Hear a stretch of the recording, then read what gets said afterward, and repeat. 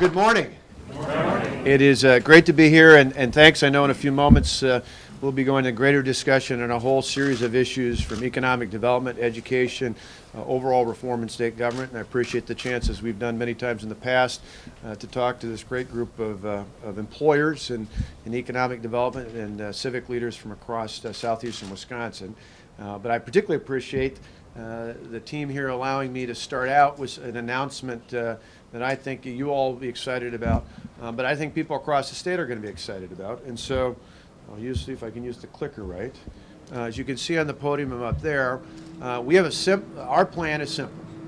We're going to help the Milwaukee Bucks pay their own way to a new arena, and we're going to include it in our budget next week. And I want to share with you exactly what we're talking about. This chart here shows, I'm going to cheat and actually move around. It's not Iowa, but I'm going to use the mic. But this plan, as I said, is about helping the Bucks pay their own way. And I think this chart is something that we'll put up on Facebook and Twitter. I would encourage the board to pass around and to share with as many people as you can a couple of these charts, because I think they speak even more, they say a picture's worth 1,000 words. In this case, this is it. We are taking right now in the state of Wisconsin today,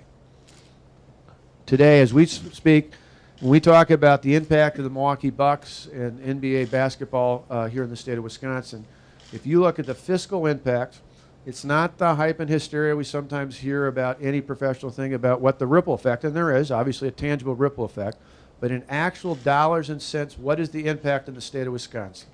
You look at this base here, it's in the red, today, the amount of money that NBA players pay in income tax in the state of Wisconsin, both from the Bucks themselves and every visiting player, because as some of you may know, others may not, anytime a team plays in the state of Wisconsin, those players, so we love it when Kobe and LeBron James and others come in because they have big salaries. They pay a prorated portion of their salary in the state of Wisconsin in taxes, just like anybody else doing business in the state.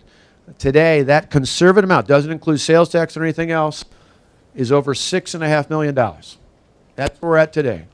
In our proposal, we propose a state investment of $220 million to build a new arena that would be paired up with the $250 million investment that the owners and the previous owner have made. So for the two new owners in Senator Cole, they put their money where their mouth is, putting up $250 million for this new arena. The state will put in $220 million. We will do it in a way that issues bonds that essentially will be revenue bonds with no new taxes, no sales tax, no income tax, no local option tax, no food and beverage tax, and not a penny, not only of tax money, but not a penny of money that's currently collected. That $6.5 million we're at today stays here all throughout the life of our plan of paying off the arena. That's locked in.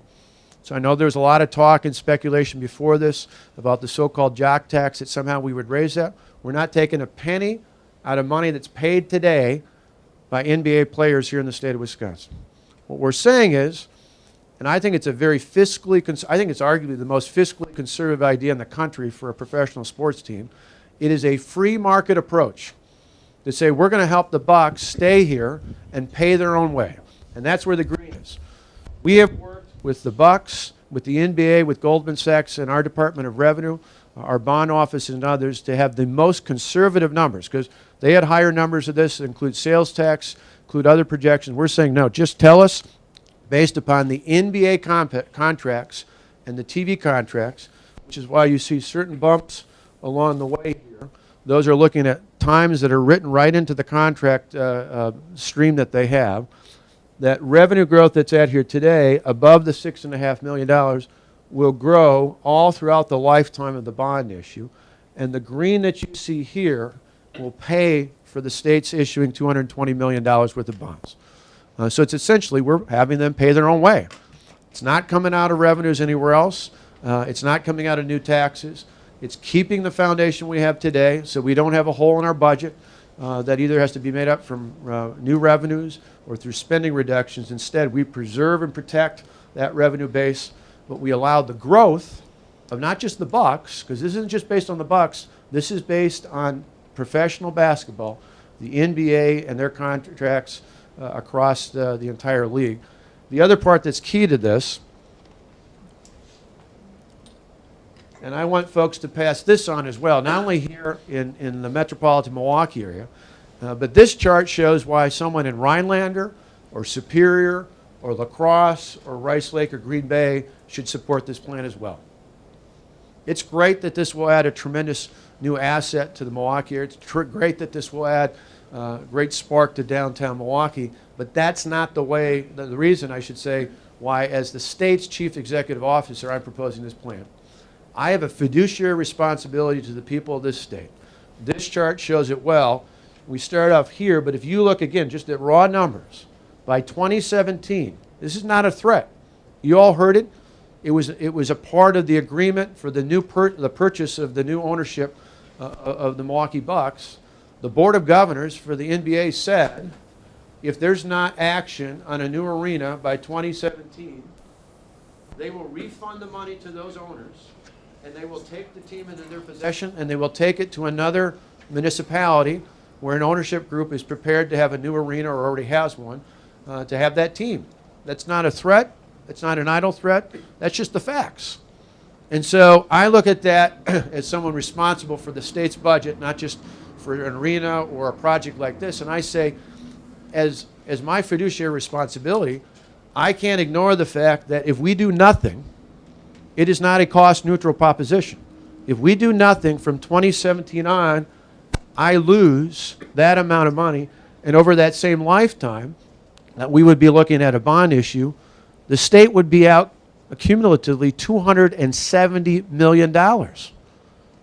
So that's not any of you in business wouldn't say, hey, wait a minute. I mean, to me, this is much like the example I've used is if you had a small business and you had one of your prime customers came to you and said, we like you so much, we want to grow, but to grow, we're going to double the business we do with you, and in return, we expect that you're going to build a new facility to handle that capacity.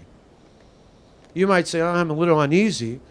I don't know if I can extend myself in that, but the reality is if you don't do that, that customer is going to go to somebody else, and you're going to be out not just the prospective new revenue, you're going to be out your base. That's what we're facing here. We're saying just like that business that's offered that opportunity to expand their options with their chief customer, here we know if we do nothing, we lose this, on top of the fact that many of you have talked about, many of you have been involved in the past with the BMO Harris Bradley Center.